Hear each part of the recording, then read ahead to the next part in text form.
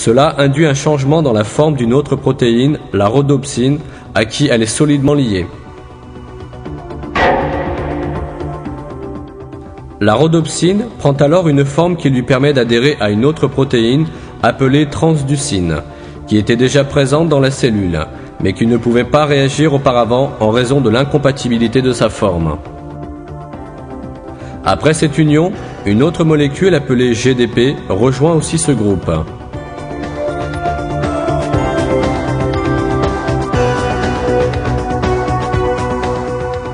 Maintenant, deux protéines, la rhodopsine et la transducine, et une molécule chimique appelée GDP se trouvent liées ensemble. Toutefois, le processus ne fait que commencer. Le composé appelé GDP a maintenant la forme voulue pour se lier à une autre protéine appelée phosphodiestérase qui est toujours présente dans la cellule. Ce lien effectué, la forme de la molécule ainsi produite enclenchera un mécanisme qui commencera une série de réactions chimiques à l'intérieur de la cellule. Ce mécanisme modifie la concentration d'ions de la cellule et produit de l'énergie électrique. Cette énergie stimule les nerfs situés tout au fond de la cellule rétinienne. Par voie de conséquence, l'image qui est parvenue à l'œil en tant que photon de lumière entame son voyage en tant que signal électrique. Ce signal contient l'information visuelle au sujet de l'objet extérieur.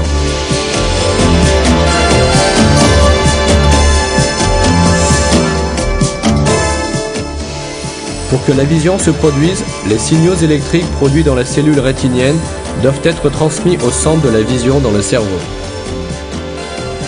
Les cellules nerveuses ne sont cependant pas reliées directement les unes aux autres. Il existe un minuscule espace entre leurs points de jonction. Comment alors le stimulus électrique poursuit-il son chemin? À ce moment, une autre série d'opérations complexes se produit. L'énergie électrique est transformée en énergie chimique, sans aucune perte de l'information transportée. Et de cette manière, l'information est transmise d'un nerf à un autre. Les transporteurs chimiques situés au point de jonction des cellules nerveuses parviennent à faire passer d'un nerf à l'autre l'information contenue dans les stimulus en provenance de l'œil. Lorsqu'il est transféré au nerf suivant, le stimulus est à nouveau converti en signal électrique et poursuit son chemin jusqu'à ce qu'il atteigne un autre point de jonction.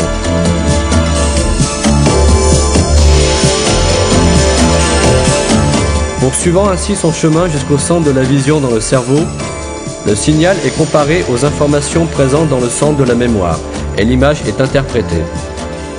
Enfin, nous voyons la coupe de fruits dont nous parlions grâce à ce système parfait constitué de centaines de petits détails. Et toutes ces opérations extraordinaires se déroulent en une fraction de seconde.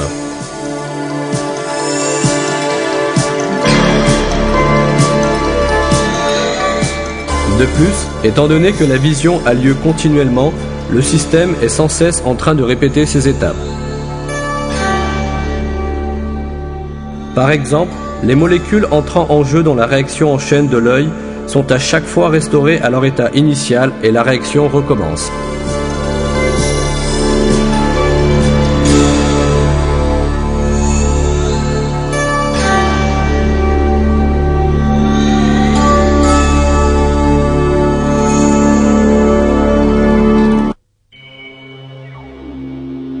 Bien sûr, en même temps, de nombreuses autres opérations tout aussi complexes se déroulent dans d'autres parties du corps.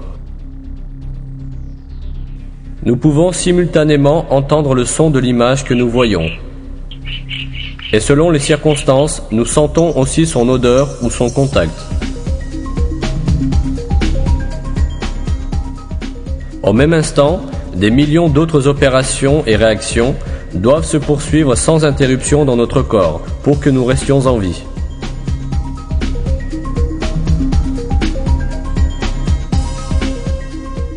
La science primitive de l'époque de Darwin ne savait rien de tout cela. Cependant, malgré cela, même Darwin se rendait compte de l'extraordinaire complexité de l'œil.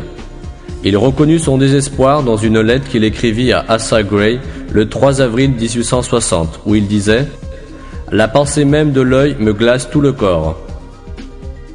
Les propriétés biochimiques de l'œil, qui ont été découvertes par la science moderne, ont porté au darwinisme un coup plus grave encore que Darwin n'aurait pu l'imaginer.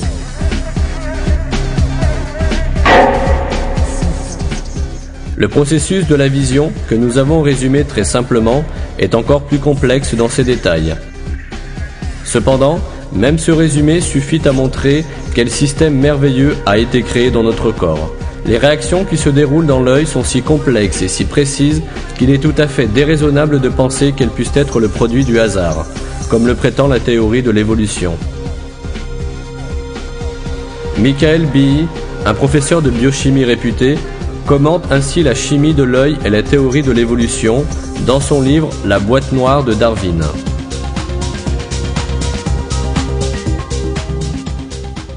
Maintenant que la boîte noire de la vision a été ouverte, une explication évolutionniste de cette faculté ne peut plus se contenter de considérer uniquement les structures anatomiques des yeux dans leur ensemble, comme le faisait Darwin au XIXe siècle.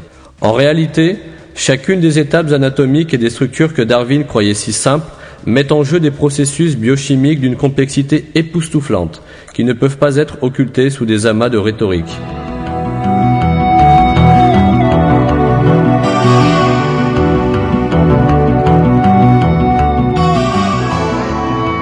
Mais comme nous l'avons vu, la théorie de l'évolution est incapable d'expliquer un seul système dans une seule cellule vivante, et à plus forte raison d'expliquer la vie dans son ensemble. Ayant totalement démoli l'hypothèse que la vie était simple, la science a démontré à l'humanité un fait très important.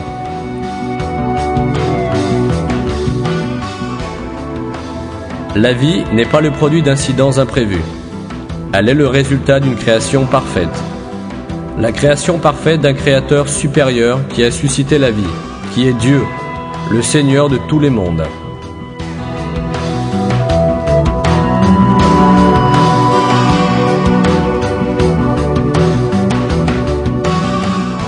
C'est lui qui a créé les êtres humains ainsi que tous les autres êtres vivants. Et l'homme est responsable devant son Seigneur qui l'a créé. Dieu rappelle cette vérité à l'homme dans le Coran. C'est lui qui a créé pour vous l'ouïe, la vue et les cœurs. Vous êtes bien peu reconnaissants.